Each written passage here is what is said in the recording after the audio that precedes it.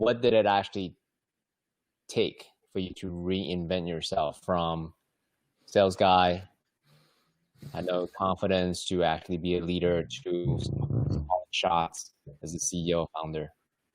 Can you just walk? Yeah, as silly as it sounds, I would just ask myself, what would Bruce Lee do in this circumstance? And really just channel my inner Bruce Lee and draw confidence from that area. And like sometimes, like thinking, what would Bruce Lee do? He would kick these people's asses. Obviously, that's not a good response. So I'd have to imagine, okay, Bruce Lee's not the right archetype. Okay, what would Steve Jobs do in this instance? And a lot of it was, I guess, fake it till you make it is maybe like a good description, in that I would try a bunch of things that would make me uncomfortable.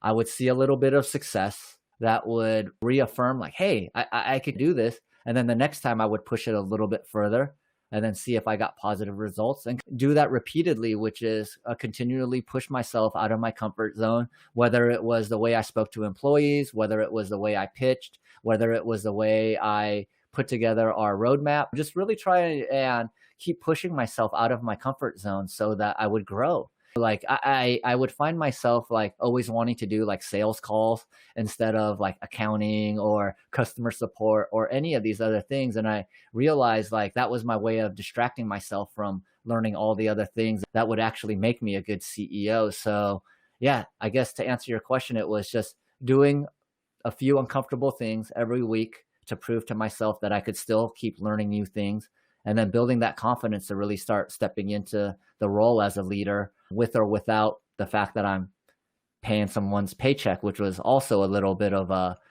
area that I got into, which was, I was like, oh, I think these people only listen to me because I pay their paycheck. They don't really actually respect me. They only respect me because I pay their paycheck. So there was a bunch of these different things and things that I had to push myself through before I got comfortable running the companies.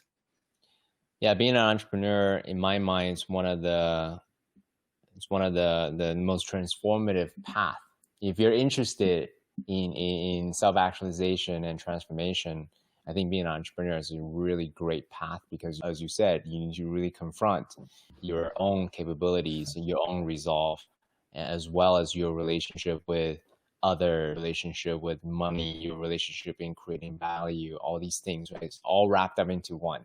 So hence why I'm a huge fan of entrepreneur as a transformational path. Mm. Same as in marriage, right? These are all beautiful paths, because the truth reveals itself when you face these different types of adversities along the way. Yeah, I agree with you. I didn't look at it that way, but once you vocalized it, that really resonated with me about entrepreneurship as a kind of like rites of passage of like really learning about yourself and your limitations.